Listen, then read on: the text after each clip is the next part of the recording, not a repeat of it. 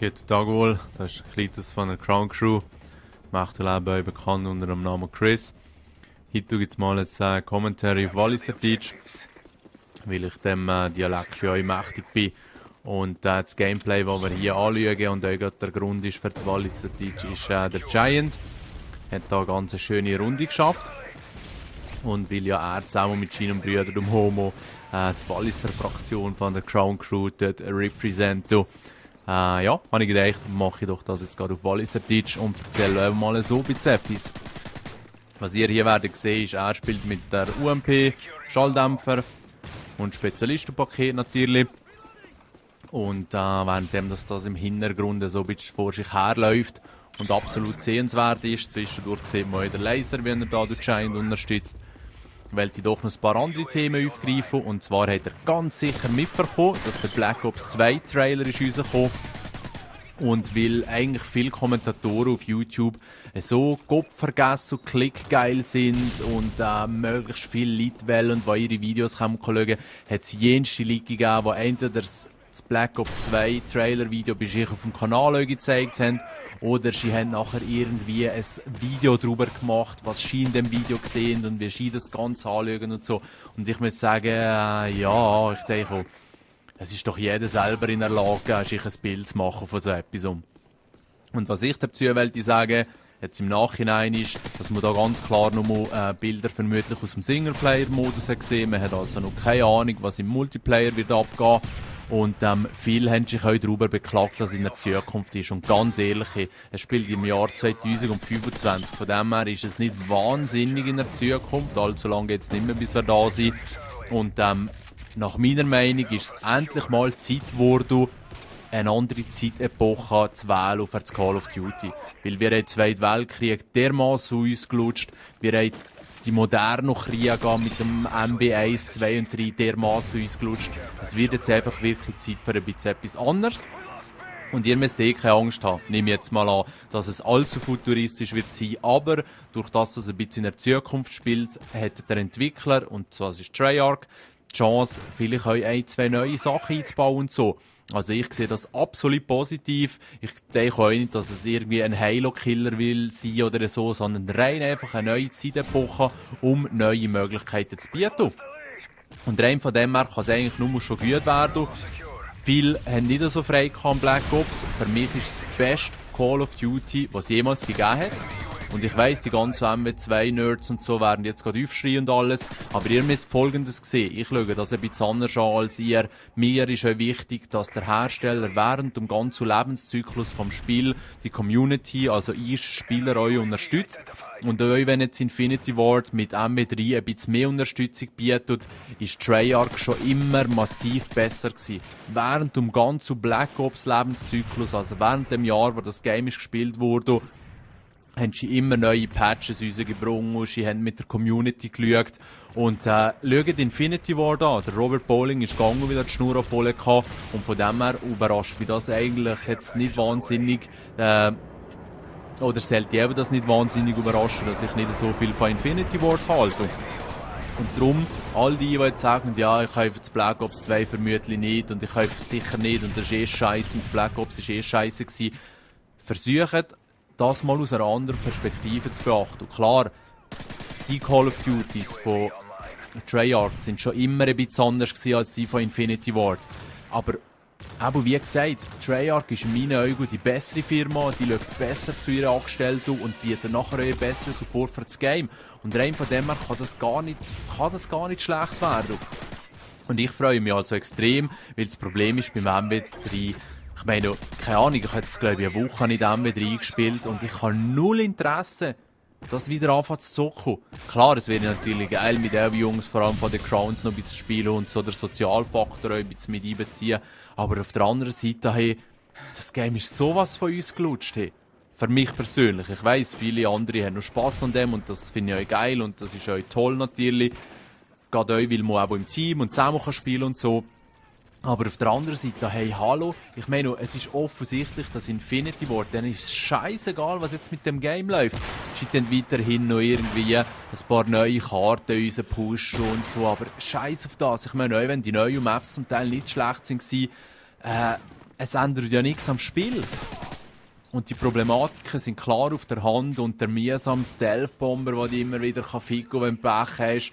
Und das scheiß EMP, das ist immer noch alles genau gleich. Die Type 95 ist immer noch super überpowered und ich weiss schon, dass es so Schlaumeier-Fälle gibt, die irgendwie das Gefühl haben, dass das überhaupt keine Noob-Waffe ist und so.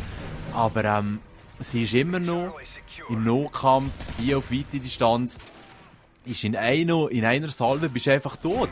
Und da kann mir noch lange einer erzählen, ein UMP oder so, sich viel mehr einfach vernutzt und so. So Leute haben keine Ahnung, ganz ehrlich. Weil wenn man so eine Aussage macht, muss man immer das Ganze betrachten. Und da sehe ich einfach häufig, dass viele von diesen Minderjährigen aus Scheissgesichtern und so irgendwie das Gefühl haben, sie müssen es da fressen, aufreissen und so. Und da ist vielleicht auch aufgefallen, ich habe kein 600 Abonnenten-Special-Video gemacht. Einerseits auch, ja, ich mag jetzt nicht mit allen 100 Abonnentenstufen ein neues Video machen. Es gibt ja vielleicht bei 750 wieder eins und dann bei 1000 und dann vielleicht bei 2000. Keine Ahnung, wie weit das geht. Es ist mir mittlerweile auch ein bisschen egal, weil ich habe einfach heute gemerkt, bei YouTube, am Anfang ist es faszinierend und man freut sich um jeden Abonnent. Und ich denke, gerade so bis 500 oder so hat mich das auch total geflasht, weil ich das Gefühl hatte, dass jeder neue Abonnent auch etwas zum Channel und zur Community beiträgt und so und auch ein bisschen Feedback gibt und Zeug und Sachen. Das ist äußerst spannend. Aber mich dünkt jetzt gerade so die letzten paar hundert, und das will ich jetzt nicht unbedingt verallgemeinern, aber gleich, die letzten paar hundert, jetzt haben es echt ein paar richtige Vollidioten unter den Abonnenten, die nur Scheisse getextet haben, die die Fresse haben aufgerissen, obwohl sie fast keine Ahnung haben.